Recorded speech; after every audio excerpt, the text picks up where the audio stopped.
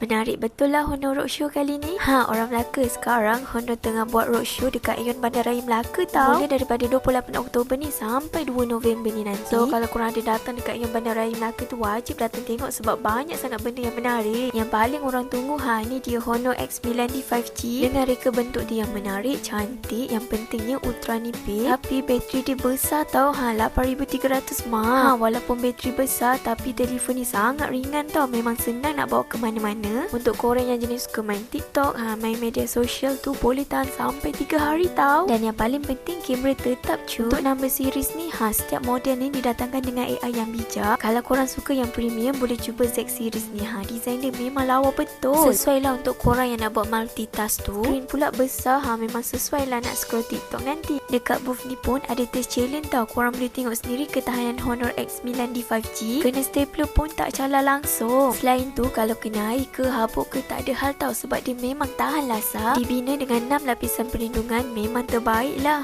Dengan semua function canggih ni, harga dia memang berbaloi. So orang-orang Melaka, kalau korang nak rasa sendiri pengalaman Honor Roadshow ni, korang datang dekat Ion Bandaraya Melaka tau. Jangan lupa bawa je family korang ramai-ramai. Okay, bye. Assalamualaikum.